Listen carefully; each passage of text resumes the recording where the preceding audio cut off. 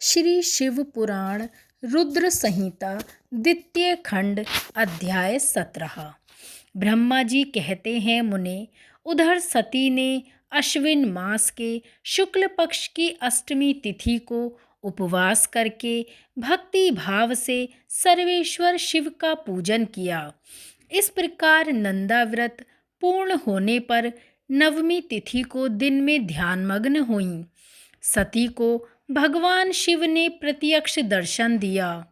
उनका श्री विग्रह सर्वांग सुंदर एवं गौरवर्ण का था।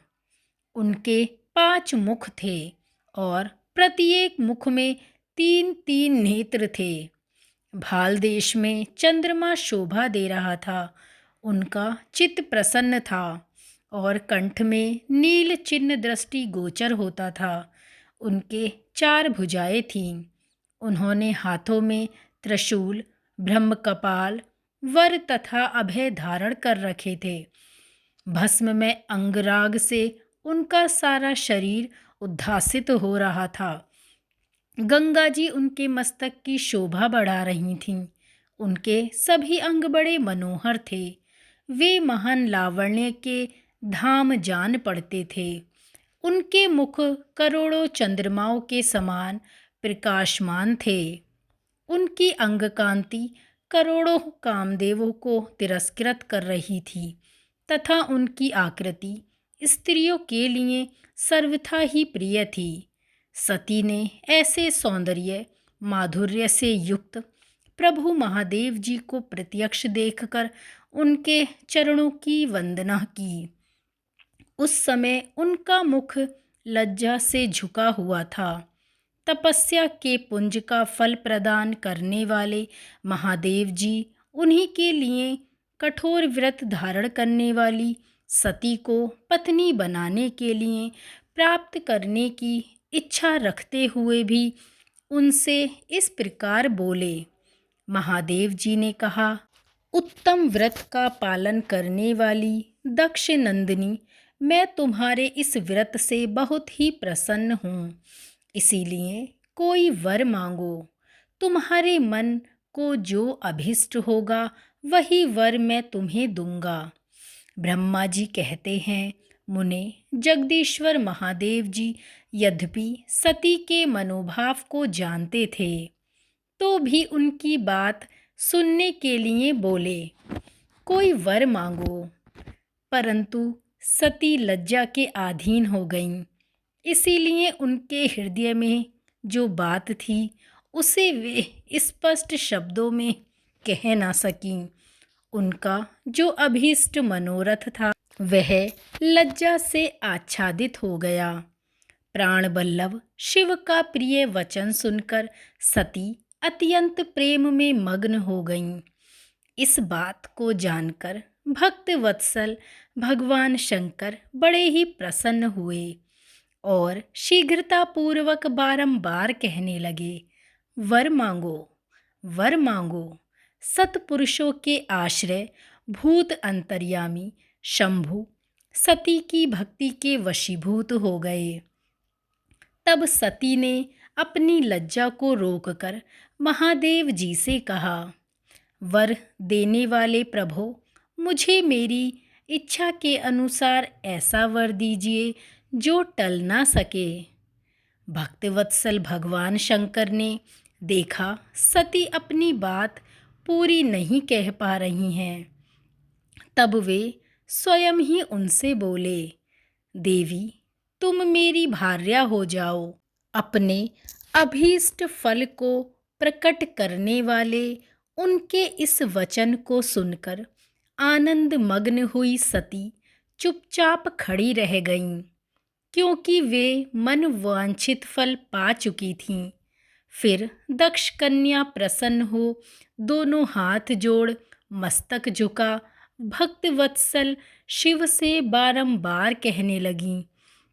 सती बोली, देवादिदेव महादेव, प्रभो जगतपते, आप मेरे पिता को कहकर वैवाहिक विधि से मेरा पाणी ग्रहण करें। ब्रह्मा जी कहते हैं, नारद, सती की यह बात सुनकर भक्त वत्सल महेश्वर ने प्रेम से उनकी ओर देखा और कहा, प्रिय, ऐसा ही होगा। तब दक्ष कन्या सती भी भगवान शिव को प्रणाम करके भक्ति पूर्वक विदा मांग जाने की आज्ञा प्राप्त करके मोह और आनंद से युक्त हो माता के पास लौट गईं। इधर भगवान शिव भी हिमालय पर अपने आश्रम में प्रवेश करके दक्ष कन्या सती के वियोग से कुछ कष्ट का अनुभव करते हुए उन्हीं का चिंतन करने लगे। देवर्षि फिर मन को एकाग्र करके लौकिक गति का आश्रय ले भगवान शंकर ने मन ही मन मेरा स्मरण किया। त्रिशूलधारी महेश्वर के स्मरण करने पर उनकी सिद्धि से प्रेरित हो मैं तुरंत ही उनके सामने जाकर खड़ा हुआ। हिमालय के शिखर पर जहाँ सती के वियोग का अनुभव करने वाले महादेव जी विद्यमान थे, वहीं मैं सरस्वती के साथ उपस्थित हो गया। देवर्षि सरस्वती सहित मुझे आया देख सती के प्रेम पाश में बंधे हुए शिव उत्सुकता पूर्वक बोले। शंभु ने कहा, ब्राह्मण, मैं जब से विवाह कार्य में सर्वार्थ बुद्धि पर बैठा हूँ, तब से अब मुझे इस स्वार्थ में ही स्वत्व सा प्रतीत होता है। दक्ष कन्या सती ने बड़ी ही भक्ति से मेरी आराधना की है। उसके नंदाव्रत के प्रभाव से मैंने उसे अभीष्ट वर देने की घोषणा की है। ब्राह्मण, तब उसने मुझसे यह वर मांगा कि आप मेरे पति हो जाइए। यह सुनकर सर्वथा संतुष्ट हो मैंने भी कह दिया कि तुम मेरी पत्नी हो जाओ। तब दाक्षायणी सती मुझसे बोली, जगतपिता, आप मेरे पिता को सूचित करके वैवाहिक विधि से मुझे ग्रहण करें। ब्राह्मण, उसकी भक्ति से संतोष होने के कारण मैंने उसका यह अनुरोध भी स्वीकार कर लिया। फिर सती अपनी माता के घर चली गईं और मैं यहाँ चला आया। इसीलिए अब तुम मेरी आज्ञा से दक्ष के घर जाओ और ऐसा यत्न करो जिससे प्रजापति दक्ष शीघ्र ही मुझे अपनी कन्या को दान कर दें। उनके इस आज्ञा देने पर मैं कृतकृत्य और प्रसन्न हो गया। तब उन भक्तवत्सल विश्वनाथ ने इस प्रकार बोला, मुझ ब्राह्मण ने कहा, भगवान शंभो, आपने जो कुछ कहा उस पर भली भांति विचार करके हम लोगों ने पहले ही उसे सुनिश्चित कर दिया है। वृषध्वज, इसमें मुख्यतः देवताओं का और मेरा भी स्वार्थ है। दक्ष स्वयं ही अपनी पुत्री प्रदान करेंगे। आपको वे अपनी पुत्री का अवश्य ही दान देंगे, किंतु आपकी आज्ञा से मैं भी उनके सामने आपका संदेश कह दूंगा। सर्वेश्वर महाप्रभु महादेव जी से ऐसा कहकर मैं अत्यंत वेगशाली रथ के द्वारा दक्ष के घर जा पहुंचा। नारद जी ने पूछा, वक्ताओं में श्रेष्ठ महाभाग, बताइए, जब सती घर पर लौटकर आईं तब दक्ष ने उनके लिए क्या किया? ब्रह्मा जी ने कहा, तपस्या करके मनोवांछित वर पाकर सती जब घर को लौट गईं तब वहाँ उन्होंने माता पिता को प्रणाम किया। सती ने अपनी सखी के द्वारा माता पिता को तपस्या संबंधी सब समाचार कहलवाया। सखी ने यह भी सूचित किया कि सती को महेश्वर से वर की प्राप्ति हो गई है। वे सती की भक्ति से बहुत ही संतुष्ट हो गए हैं। सखी के मुख से सारा वृतांत सुनकर माता पिता को बड़ा ही आनंद प्राप्त हुआ और उन्होंने महान उत्सव किया। उदारचेता दक्ष और महामन स्वामिनी वीरिणी ने ब्राह्मणों को उनकी इच्छा के अनुसार द्रव्य दिया तथा अंधों और दीनों को भी धन बांटा। प्रसन्नता बढ़ाने वाली अपनी पुत्री को हृदय से लगाकर माता वीरिणी ने उसका मस्तक सूधा और आनंदमग्न होकर उसकी बारंबार प्रशंसा की। तदंतर कुछ काल व्यतीत होने पर धर्मज्ञों में श्रेष्ठ दक्ष इस चिंता में पड़े कि मैं अपनी इस पुत्री का विवाह भगवान शंकर के साथ किस तरह करूं। महादेव जी प्रसन्न होकर आए थे, पर वे तो चले गए। अब मेरी पुत्री के लिए वे फिर कैसे यहाँ आएंगे। यदि किसी को शीघ्र ही भगवान शिव के निकट भेजा जाए तो यह भी उचित नहीं जान पड़ता, क्योंकि यदि वे इस तरह अनुरोध करने पर मेरी पुत्री को ग्रहण ना करें तो मेरी याचना निष्फल हो जाएगी। इस प्रकार की चिंता में पड़े हुए प्रजापति दक्ष के सामने मैं सरस्वती के साथ सहसा ही उपस्थित हुआ। मुझे पिता को आया देख दक्ष प्रणाम करके विनीत भाव से खड़े हो गए।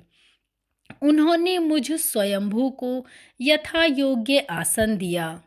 तदंतर दक्ष ने जब मेरे आने का कारण पूछा तब मैंने सब बातें बताकर उनसे कहा, प्रजापते, भगवान शंकर ने तुम्हारी पुत्री को प्राप्त करने के लिए निश्चय ही मुझे तुम्हारे पास भेजा है। इस विषय में जो श्रेष्ठ कृत्य है उसका निश्चय करो। जैसे सती ने नाना प्रकार के भावों से तथा सात्विक व्रत के द्वारा भगवान शिव की आराधना की है, उसी तरह वे भी सती की आराधना करते हैं। इसीलिए दक्ष भगवान शिव के लिए ही संकल्पित एवं प्रकट हुई अपनी इस पुत्री को तुम अविलंब उनकी सेवा में सौंप दो। इससे तुम कृतकृत्य हो जाओगे। मैं नारद के साथ जाकर उन्हें तुम्हारे घर ले आऊँगा। फिर तुम उन्हीं के लिए उत्पन्न हुई अपनी यह पुत्री उनके हाथ में दे देना। ब्रह्मा जी कहते हैं, नारद, मेरी यह बात सुनकर मेरे पुत्र दक्ष को बड़ा हर्ष हुआ। अत्यंत प्रसन्न होकर बोले, पिताजी, ऐसा ही होगा। तब मैं अत्यंत हर्षित हो वहाँ से उस स्थान को लौटाकर आ गया जहाँ लोक कल्याण में तत्पर रहने वाले भगवान शिव बड़ी ही उत्सुकता से मेरी प्रतीक्षा कर रहे थे। मेरे लौट आने पर स्त्री और पुत्री सहित प्रजापति दक्ष भी पूर्ण काम हो गए। वे इतने संतुष्ट हुए मानो अमृत पीकर अघा गए हों। श्री शिव पुराण 17वां अध्याय संपूर्ण। अब हम अगले अध्याय में शिव पार्वती या शिव सती का सुंदर विवाह का वर्णन सुनेंगे। दोस्तों, 17वां अध्याय बड़ा ही रुचिकर रहा। अगला अध्याय इससे भी अधिक प्रेरणादायक और मन मग्न करने वाला है। तो जुड़े रहिए अगले अध्याय तक कहानी सुनो के साथ। शिव पार्वती की कृपा और आशीर्वाद आप भक्तगणों पर हमेशा ही बना रहे। धन्यवाद।